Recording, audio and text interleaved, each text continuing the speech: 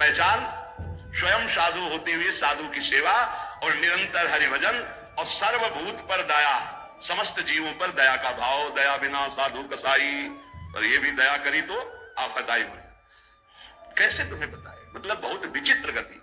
आध्यात्मिक आनंद की प्राप्ति के लिए बिल्कुल व्यवहार शून्य जीवन जो जिया गया, उसमें बिल्कुल विपरीत जीवन प्रभु ने किया है। हजारों लाखों की जो भीड़, ये जनसंख्या है भगवान, ये भीड़ भजन अगर निरंतर आपका अभ्यास है तो चल जाएगा, नहीं तो आम हो जाएगा कि मैं बहुत बड़ा हो गया हूं, जहां हुआ मैं बहुत बड़ा हुआ, वहीं से भक्ति का नाश हो जाएगा। ये सम्मानम कल्याति घोर गरलम नीचापमानम सुधा श्री राधा मुरली धरो भज सके वृंदावन मात्य। ए भाई, कभी भूलकर भगवान से यश मत मांग लेना कि हमारा भी नाम हो जाए।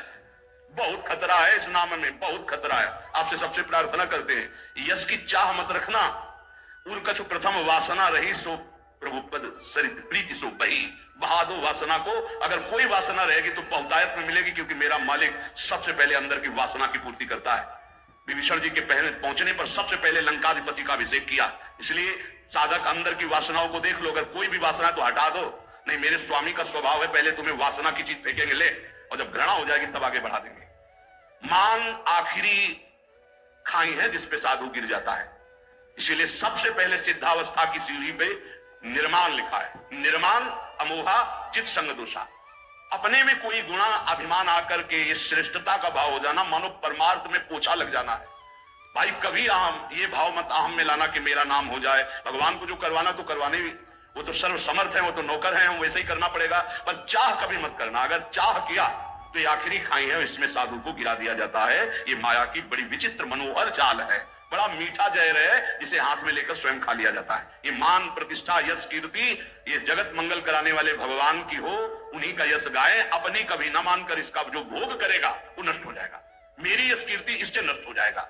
सर्वभूत पर दया, दया तो करनी है, पर दया हो जिसमें भगवत विस्मरण न होने पावे। दया को उल्टा याद, अगर हरि की याद भूल गई तो वो दया फंसा देगी पक्का।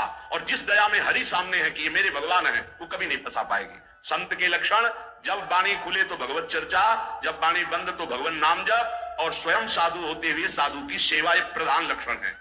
हरि को भजन, साधु की सेवा, सर्वभूत पर दया, हिंसा लोभ दंभ छल त्यागे, विषम देखे माया। कभी किसी की हिंसा न करे, ये साधुता का लक्षण है। कभी जीव को, किसी जीव को कष्ट देना नहीं।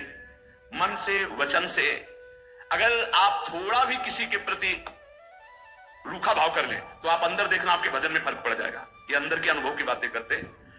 अगर उसको तुमने डांटा है, सही माने में डांटा है और भगवत भाव करके डांटा है, तब तो आपका भजन चलेगा।